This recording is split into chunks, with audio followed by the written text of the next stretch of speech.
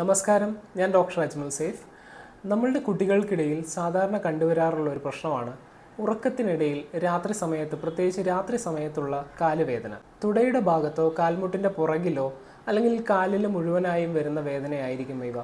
ചിലപ്പോഴൊക്കെ ഉറക്കത്തിൽ നിന്ന് എണീറ്റ് കരയുകയും സാവധാനം നമ്മളൊന്ന് തടവി കൊടുത്താൽ തന്നെ ഈ വേദന പലപ്പോഴും മാറാറുണ്ട്.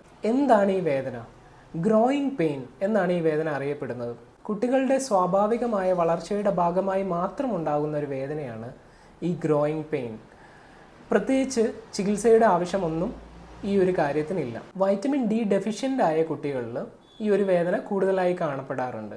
വേദനയുള്ള ഭാഗത്ത് അല്പം ചൂട് കൊടുക്കുകയോ അല്ലെങ്കിൽ ഒന്ന് മസാജ് ചെയ്ത് കൊടുക്കുകയോ ചെയ്താൽ തന്നെ പലപ്പോഴും ഈ വേദന പൂർണ്ണമായും മാറാറുണ്ട്. വൈറ്റമിൻ ഡിയുടെ അളവ് കുറവാണെങ്കിൽ നമുക്ക് വൈറ്റമിൻ ഡി സപ്ലിമെൻറ്റുകളും നൽകാവുന്നതാണ്.